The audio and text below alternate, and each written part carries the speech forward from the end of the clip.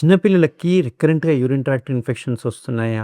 లేకుంటే చిన్నపిల్లలు మూత్రం పోసేటప్పుడు ఒక బెలూన్‌లాగా ఉబ్బుతుందా? చిన్నపిల్లలు ఎక్కువ నలుపుకోవడం, దురదలు పెట్టినట్టు చేస్తూ ఉన్నారా? చిన్నపిల్లలకి ఫ్రీక్వెంట్‌గా ఫీవర్ గాని, చిల్స్ రావడం జరుగుతుందా?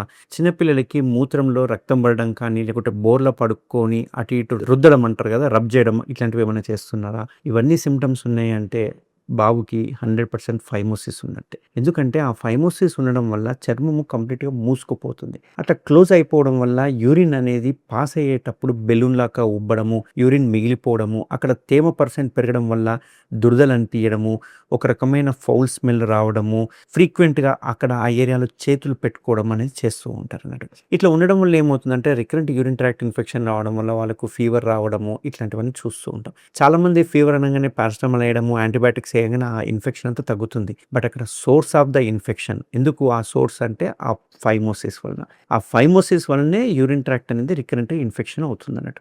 సో, మనం దానికి సింపుల్‌గా ఆ ముందలున్న చర్మాన్ని సుంతి ఆపరేషన్ చేయడం వల్ల ఆ పిల్లోడికి ఎటువంటి ఫీవర్స్, యూరిన్ ట్రాక్ట్ ఇన్ఫెక్షన్స్ అనేవి వచ్చే అవకాశాలు తక్కువగా ఉంటాయి. కాబట్టి మీరు గమనించాల్సిందేంటంటే ఫ్రీక్వెంట్‌గా యూరిన్ ట్రాక్ట్ ఇన్ఫెక్షన్స్ వస్తున్నాయి, జ్వరాలొస్తున్నాయి అంటే అసలు ఫోర్ స్కిన్ అంటే అంగం యొక్క ఉన్న ముందలున్న చర్మం వెనక్కి మూవ్ అవుతుందా లేదా? ఆ పిల్లోడు అక్కడ బెలూన్‌లాగా మూత్రం వచ్చేటప్పుడు ఉబ్బుతుందా? ఫ్రీక్వెంట్‌గా అక్కడ నలుపుకుంటున్నాడా? అనేది మీరు ఖచ్చితంగా అబ్జర్వ్ చేయాలి. ఇట్లా చేయడం వల్ల ఏమవుతుంది అంటే గనక అబ్జర్వ్ చేయడం వల్ల అక్కడ నిజంగా గనక ఫైమోసిస్ అనే ఇష్యూతో బాధపడుతుంటే జస్ట్ సింపుల్‌గా ఆ ముందలున్న చర్మాన్ని మనం కేఎస్ఆర్ అనే స్టాప్లర్‌తో తీయడం వల్ల ఆ యూరిన్ అనేది అక్కడ స్టాగ్నెంట్ అవ్వడము, తేమ ఉండడము, స్మెగ్మా ఫార్మ్ అవ్వడం ఇట్లాంటివి ఏవి ఉండవు. దీనివల్ల అక్కడ హైజీనిక్ మెయింటైన్ అవుతుంది.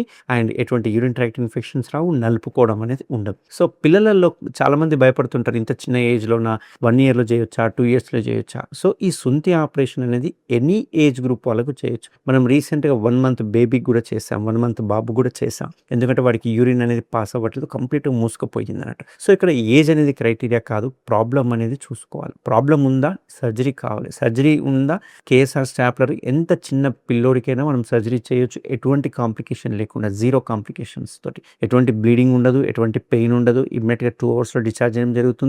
మైల్డ్ అనస్థీషియాలో చేయడం జరుగుతుంది కాబట్టి ఎటువంటి హాస్పిటల్ స్టే గాని, రిక్వైర్మెంట్స్ గాని లేవు. సో, ఎవరికైనా ఫైమోసిస్ చిన్న పిల్లల్లో కనుక ఇష్యూ ఉందంటే మీరు సెకండ్ ఒపీనియన్ తీసుకోవచ్చు. అండ్ డైరెక్ట్‌గా కూడా సర్జరీకి ఆప్షన్ తీసుకోవచ్చు. Thank you very much.